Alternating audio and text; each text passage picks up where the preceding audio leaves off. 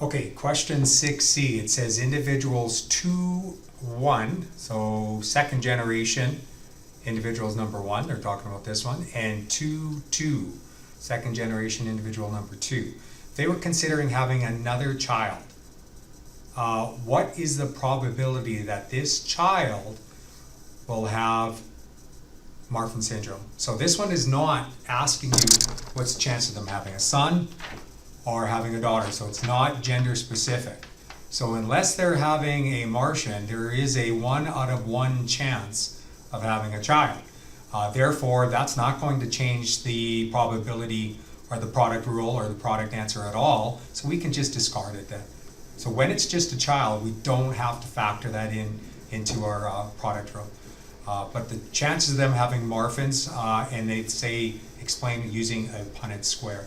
So first thing we got to do is we got to take a look at the genotypes of those two parents.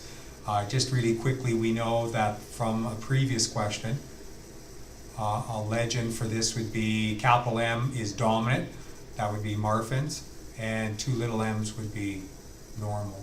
So we know that individuals 1, 1 here must be normal, and this one, has to be a capital M, and because they had a parent and offspring that weren't affected, they must be carrying a little m. So take those, put them in a Punnett square. Let's put mom across the top, and again, her gametes across the top. So we're going to have a capital M, little m. Okay, and then we're going to put data down the side, little m, little m. Again, we're isolating those genotypes or alleles into gametes, and just fill in capital M, little m. Okay, so that's Marfan. Capital M, little m, that's Marfan. Little m, that's normal. And little m, that's normal.